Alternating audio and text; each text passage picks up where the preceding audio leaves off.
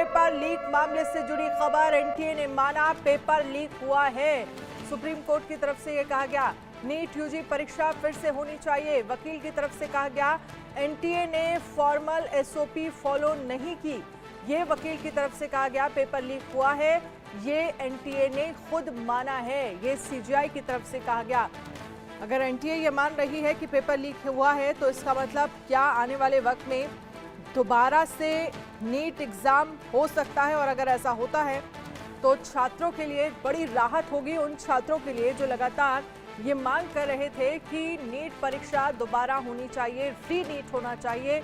24 लाख छात्रों के भविष्य का ये सवाल है और लगातार India News NEET paper leak से जुड़े तमाम सबूत, तमाम दस्तावेज आपके सामने रख रहा है। आयुष शर्मा दिल्ली से हमारे साथ लाइव जुड़ गए हैं। Ayush Sharma, NEET paper leak मामले से जुड़ी क्या बड़ी जानकारी है आपके पास? कोर्ट में क्या हुआ आज? जी बिल्कुल, लगातार हम कोर्ट को सुबह से मॉनिटर कर रहे हैं जब से ये बेंच बैठी है और उसके बाद से कार्रवाई शुरू हो चुकी है। सबसे पहले जब बेंच ने लंच ब्रेक के बाद इस मामले को सुनना शुरू किया था तो ये बात कही गई थी कि पहले उन पिटिशनर्स को सुना जाएगा, उन लोगों को सुना जाएगा जो नीट का एग्ज़ाम कैंसिल कराने की बात कर रहे हैं। उसके बाद दूसरा पक्ष सुना जाएगा गवर्नमेंट का और एनटीए का। जब दोनों पक्षों को सुन लिया गया तो अब कोर्ट में ऑर्डर पढ़ने की कार्रवाई चालू है, यानी चीफ जस्टिस ऑफ इंडिया फिलहाल ऑर्डर पढ़ रहे हैं। और इसी बीच सबसे बड़ी ब्रेकिंग न्यूज़ ये है कि उन्होंने सीबीआई को स्टेटस रिपोर्ट फाइल करने का निर्देश दिया है। यानी सुप्रीम कोर्ट में अब स्टेटस रिपोर्ट फाइल करेगी सीबीआई। जितनी भी एफआईआर पूरे देश भर में हुई है, फिर चाहे वो पटना में हुई हो, यूपी में हुई हो, गुजरात में हुई हो, हरियाणा में हुई हो, इन सबको एक कलेक्टिव तरीके से सीबीआई अब प्रस्तुत करने वाली है सुप्रीम कोर्ट में। ये बड़ा ऑर्डर इस वक्त सुप्रीम कोर्ट ने दे दिया है स्टेटस रिपोर्ट फाइल करने के लिए। और अभी तक ये कयास लगाया जा रहा है। जी आयुष, ये जो बड़ी जानकारी सामने आई है जिसमें कोर्ट की तरफ से ये कहा गया कि एनटीए ने खुद माना है कि नीट का पेपर लीक हुआ है और जिस तरह से जो फॉर्मल एसओपी है उसे फॉलो नहीं किया गया, एनटीए ये मान रहा है। ये किस तरफ संकेत देता हुआ दिख रहा है? देखिए, इस समय अगर हम ये बात कहें कि कोर्ट ने ये बात मान ली है कि पेपर लीक तो हुआ है, लेकिन ये पेपर लीक का कितना बड़ा जाल यहाँ पर बुन चुका है ये अभी तक कोर्ट जो है वो पता लगाने में नाकाम रहा है। कोर्ट ने यही बात बहुत स्पष्ट तरीके से कह दी है कि इस चीज़ को हमने मान लिया है कि नीट यूजी 2024 में पेपर लीक का मामला है। यानी कोर्ट इस बात को ऑन रिकॉर्ड ले चुका है, एडमिट कर चुका है कि पेपर लीक हुआ है। और ये चीज़ अब कहीं ना कहीं हम कह सकते हैं कि बड़े रूप में सामने आएगी, क्योंकि कोर्ट ने इस बात को एक्सेप्ट कर लिया है कि पेपर लीक हुआ है। अब इसी के आधार पर जो पिटिशनर्स है वो आगे की कार्रवाई करेंगे। हो सकता है कि गुरुवार को इस मामले में सुनवाई की जाए, क्योंकि सुप्रीम कोर्ट की तरफ से बात कही गई थी कि हम इस पर एक दिन रुककर पिटिशनर्स के लिए जवाब दाखिल करने का इंतजार कर लेते हैं। लेकिन सॉलिसिटर जनरल तुषार मेहता जब कोर्ट में मौजूद थे उन्होंने कहा क्यों ना हम इसे गुरुवार को कर ले। तो अभी ये कयास लगाया जा रहा है कि इस मामले की अगली सुनवाई गुरुवार को की जा सकती है, लेकिन अभी तक ऑर्डर पढ़ा जा रहा है। ऑर्डर के लास्ट में बताया जाएगा कि मामले की सुनवाई कब की जाएगी।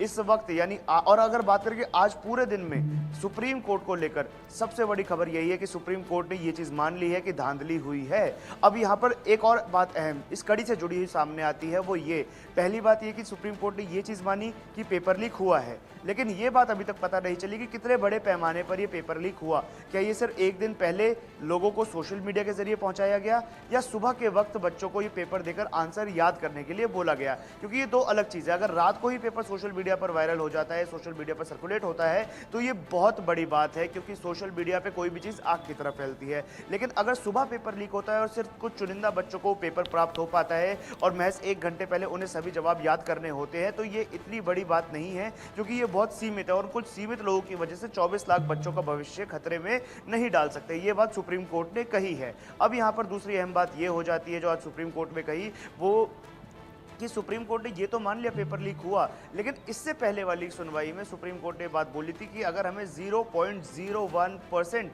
डिस्क्रिपेंसी मिलती है तो हम कड़ा फैसला लेंगे।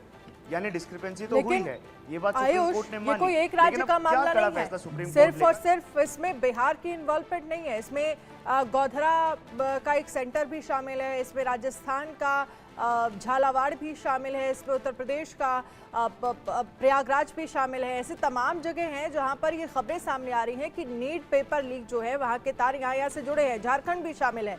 तो कोई एक राज्य का मामला तो है नहीं, 5-6 राज्य तो मैंने आपको बता दिए। और अगर सीबीआई इस पर गहन जांच करेगी तो हो सकता है और राज्यों के इन्वॉल्वमेंट भी जो है वो सामने आ जाए। जी बिल्कुल, लगातार सीबीआई ने अपना शिकंजा उन लोगों पर कसना शुरू कर दिया है जो भी लोग इस मामले में, इस पेपर लीक के मामले में पकड़े गए थे। उन लोगों से लगातार पूछताछ की जा रही है, उन लोगों से जानने की और कुरेदने की कोशिश की जा रही है कि आखिर कहाँ पर ये पूरा पेपर लीक का नेक्सस फैला हुआ था। अगर दो मुख्य केंद्रों की बात की जाए तो वो रहे थे पटना और गोधरा। इन दो केंद्रों पर पेपर लीक का टाइप क्या था ये जानना जरूरी है। ये बात सुप्रीम कोर्ट ने कही थी। ये बहुत अहम टिप्पणी भी इसलिए है क्योंकि सुप्रीम कोर्ट ने कहा कि अगर ये पेपर लीक छोटे पैमाने पर हुआ है तो सुप्रीम कोर्ट पेपर कैंसिल करने के बारे में सोचेगा भी नहीं, क्योंकि 24 लाख बच्चों के भविष्य के साथ खिलवाड़ सुप्रीम कोर्ट नहीं कर सकता। ये बात स्पष्ट और अहम बात सुप्रीम कोर्ट ने बोल दी थी। लेकिन ये बात भी जाननी जरूरी है कि जब ये छापेमारी होनी शुरू हुई, फिर चाहे पटना हो, गोधरा हो, राजस्थान हो, एक सेकंड, यूपी आपको हो, हरियाणा हो, रोकना तो चाहूंगी आपको। आयुष, अलख पांडे इस पर क्या कुछ कह रहे हैं? फिजिक्स वाला अलख पांडे क्या कुछ कह रहे हैं, सुनिए जरा।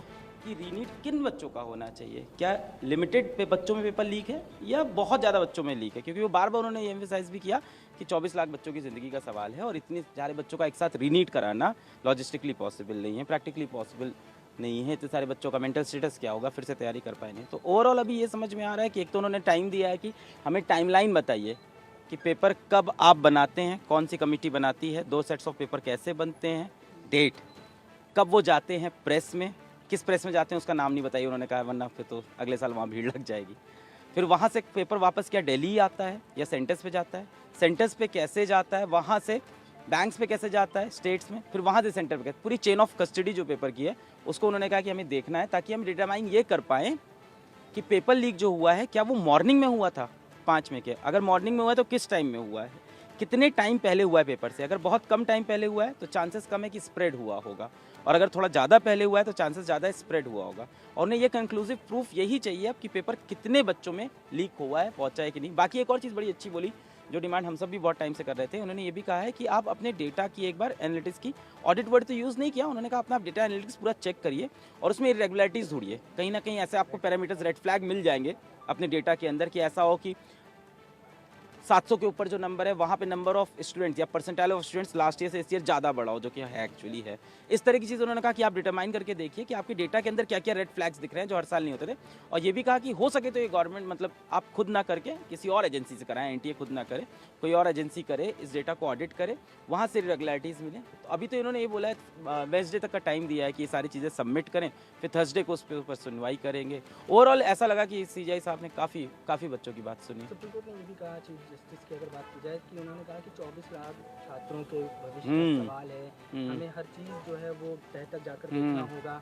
पेपर कब लीक हुआ, पेपर लीक होने का नेचर क्या था, कहाँ लीक हुआ, किस तरह से लीक हुआ, ये तमाम बातें हैं। इसके अलावा सुप्रीम कोर्ट ने ये भी अपने ऑर्डर में लिखवाया है कि जो उल्लंघन हुआ है वो सिस्टमेटिक तरीके से हुआ है, यानी जो ब्रीच हुआ है पेपर लीक को लेकर, इसमें वो सिस्टमेटिक तरीके से हुआ है, पूरी परीक्षा को प्रभावित किया है या नहीं किया है, ये तमाम सवाल जो है वो पूछे हैं। इसका कारण ये रहा क्योंकि 2015-16 का जो मैटर है जहाँ पे री टेस्ट हुआ है AIPMT में, वहाँ पे ये लिखा गया था माननीय कोर्ट के जजमेंट में कि सिस्टमैटिक फेलियर था।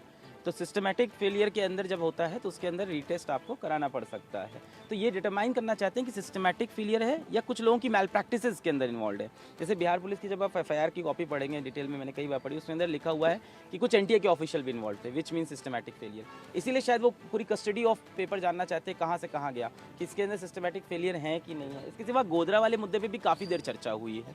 सभी मुद्दों को 2 घंटे तक डिटेल में सुना गया है। अब इतने समय में इतना ही सुन सकते थे, तो डिटेल में गोधरा वाला मुद्दा भी सुना गया है, बिहार का मुद्दा भी सुना गया है, इवन ग्रेस नंबर का मुद्दा भी डिटेल में सुना गया है। एक सेंटर से 6 बच्चे कैसे 720 में 720 ला सकते हैं, ये भी सुना गया है।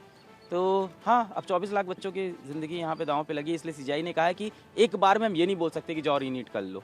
उन्होंने कहा ये कहना भी सही नहीं होगा, इतने सारे बच्चों का स्टेटस है, तो हम डिटरमाइन करना चाहते हैं कि किस एक्सटेंट तक बेनिफिशरीज हैं, कितने एक्सटेंट पे बेनिफिशरीज हैं, ये वर्ड उन्होंने यूज़ किया कि कितने बेनिफिशरीज थे ओवरऑल इस मेल प्रैक्टिसेस से, कितने लोग को फ़ायदा हुआ है। अगर ये 1, 2, 4, 5 है तो उसके लिए हम पूरी बच्चों को इफेक्ट नहीं कर सकते, पर अगर ये नंबर लंबा है, जैसे आपने बोला किस मोड में पेपर लीक, इसके बारे में भी काफ़ी देर बात हुई, क्योंकि 2 घंटा बात हुई तो कुछ चीज़ें दिमाग में चल रही है। आप तो जजमेंट लेना तो 2 घंटा पूरा सुन रहा था, बैठा था।